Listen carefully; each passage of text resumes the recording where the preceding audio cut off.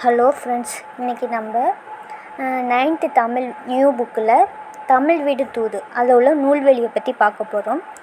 தமிழ் சிற்றிலக்கிய வகைகளில் தூது என்பதும் ஒன்று. இதை வாயில் இலக்கியம், சந்தி இலக்கியம் என்னும் வேறு பெயர்களாலும் அழைக்கப்படுகிறது. அப்போ தூதை என்னன்னு சொல்கிறாங்க, வாயில் இலக்கியம், சந்தி இலக்கியம் அப்படின்னு வேறு பேரில் அழைக்கிறாங்க. இது தலைவன் தலைவியருள் காதல் கொண்ட ஒருவர் மற்றொரு பால் செலுத்தும் அன்பை புலப்படுத்தி தம்முடைய கருத்துக்கு உடன்பட்டமைக்கு அறிகுறியாக மாலை வாங்கி வருமாறு அன்னம் முதல் வண்டு ஈறாக 10ஐயும் தூதுவிடுவதாக கலிவெண்பாலால் இயற்றப்பட்டதாகும். ஓகேவா? எதனால் இயற்றப்பட்டது? கலிவெண்பாலால். எத்தனை? அன்னம் முதல் வண்டு ஈறாக 10ஐயுமே தூதுவிடுவதாக சொல்லுது. தமிழ் வீடு தூது மதுரையில் கோவில் கொண்டிருக்கும் சொக்கநாதர் மீது காதல் கொண்ட பெண் ஒருத்தி தன் காதலை கூறி வருமாறு தமிழ் மொழியை தூதுவிடுவதாக அமைந்துள்ளது. இந்நூல் 268 கன்னிகளை கொண்டுள்ளது. தமிழின் சிறப்புகளை குறிப்பிடும் சில கன்னிகள் இப்பாடப்பகுதியில் இடம்பெற்றுள்ளன.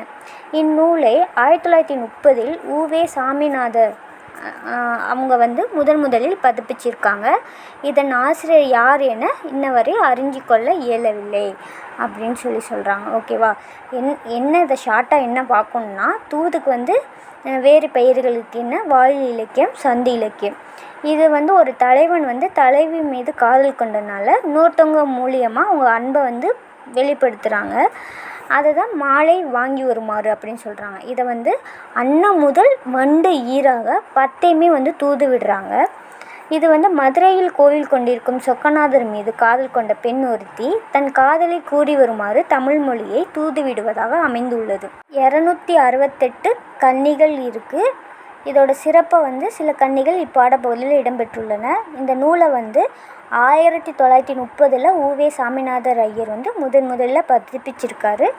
இந்த புக்கு எழுதினோட ஆசிரியர் பேர் இன்ன வரையும் யாருக்கும் தெரியவில்லை.